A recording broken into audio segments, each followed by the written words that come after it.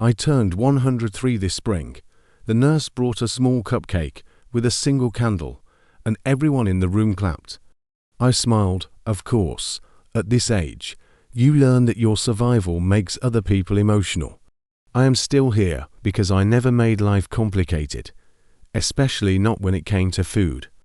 For nearly 40 years now, I have eaten the same 4 foods every single day, not because a doctor told me to, simply because they made me feel calm, steady, and alive. Doctors have frowned at my charts, asking, "Surely you eat more than that?" When I tell them no, they look puzzled, as if longevity must come from something complex. My life was ordinary, quiet, repetitive. Perhaps that is the real secret. Every morning, without fail, I begin with warm oatmeal, plain, soft, slow-cooked. I stir it the way my mother did, patiently, as if rushing would insult the pot. Sometimes I add a little milk, sometimes banana, but often nothing. People ask how I eat the same breakfast. Boredom is a luxury of too many choices. When food is simple, your mind is free to notice other things: the light through the window, the sound of birds, the feeling of being alive one more day. Oatmeal carried me through war years, through widowhood, through mornings when grief made swallowing feel like work.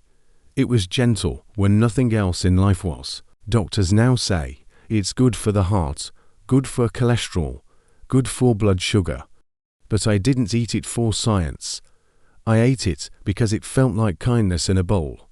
Around midday, I eat my second food, eggs, usually 2, sometimes 3 when I feel especially strong. Scrambled softly or boiled until the yolk is just set. Eggs were once considered dangerous, then miraculous, then questionable again. I stopped listening long ago.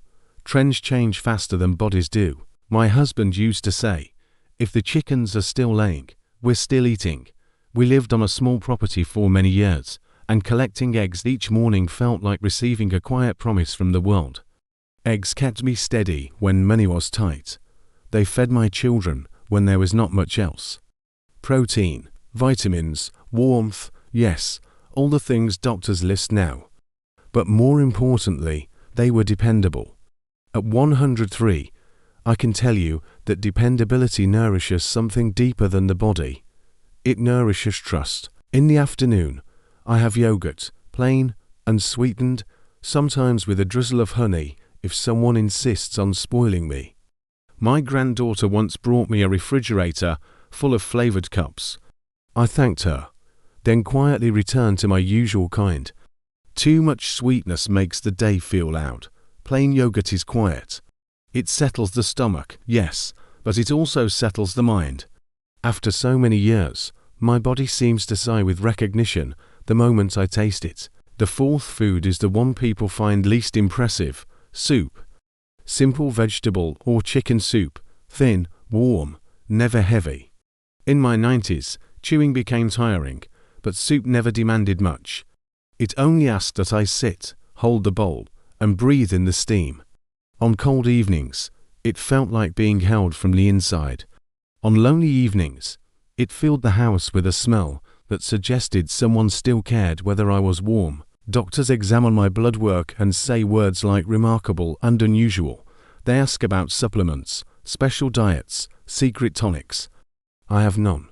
What I have is consistency. For decades, my body never had to guess what was coming next. No shocks, no extremes, no cycles of indulgence followed by punishment. Just nourishment, given regularly, like watering a plant.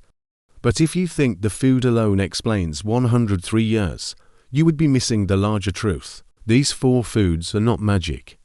They are simply the physical expression of a life lived without excess. I never ate to impress anyone.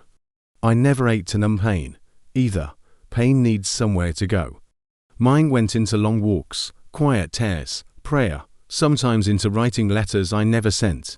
You see, longevity is not only about what you put into your body.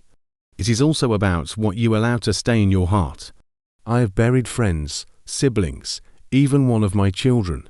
Grief can age you faster than time, but I learned, slowly and imperfectly, That holding sorrow too tightly is like holding your breath. Eventually something inside you begins to fail. Food was one of the few things I could control when everything else felt uncertain. Wars ended, economies rose and fell, loved ones came and went, but breakfast was still oatmeal. Lunch was still eggs. Afternoon was still yogurt. Evening was still soup. In a chaotic world, routine became a form of shelter. People often lean in close and whisper, "Are you afraid of dying?" At 103, death no longer feels like an intruder. It feels like a distant relative who will visit eventually. What I am more afraid of is the way many people rush through life as if trying to outrun something. They eat in cars, in front of screens, standing up, barely tasting. They chase excitement, but ignore peace, as if calm was something to apologize for. If I could give one piece of advice, it would not be eat these 4 foods. It would be this: choose a life your body can recognize. Give it rhythms, not chaos. Give it nourishment, not punishment. Give it rest without guilt. At 103, my world is smaller now. I no longer cook for a family of 5. I no longer hurry anywhere. Some days, the most significant journey I take is from my bed to the window. But that window shows me everything I need: sky, trees, people passing by who do not realize how precious their ordinary days. I watch them and think, if only you knew how fast this goes. When I eat my oatmeal each morning, I'm not just feeding my body. I am honoring every morning was not guaranteed, but received anyway. When I eat my eggs, I remember the hands that once gathered them beside mine. When I eat yogurt, I think of my grandchildren's laughter echoing in the kitchen. When I sip soup at night, I feel the presence of everyone who is no longer here, but somehow still is. Doctors say they cannot explain me, but I can explain myself very simply. I did not try to live forever. I only tried to live gently, one day at a time, without fighting the natural shape of things. If you are younger, you may be waiting for life to begin. After success, after money, after everything is perfect. Let an old woman tell you, perfection never arrives. But time keeps leaving anyway. Do not postpone peace. Do not postpone kindness to yourself. Do not wait until your body forces you to slow down before you learn how. I do not know how many mornings I have left, perhaps 100, perhaps only a handful. But tomorrow, if I wake, I will do what I have always done. I will sit by the window. I will eat my oatmeal slowly. I will be grateful for the quiet miracle of another ordinary day. And if there is any real secret in that, it is this: longevity is not built from extraordinary moments. It is built from ordinary ones repeated with care, with patience, and with just enough love to make staying worthwhile. So no, my 4 foods are not a mystery. The mystery is why we forget that simple things, done consistently, can carry a life farther than brilliance, ambition, or excess ever could. If you want to live long, do not just ask what to eat. Ask what kind of life your body would thank you for living.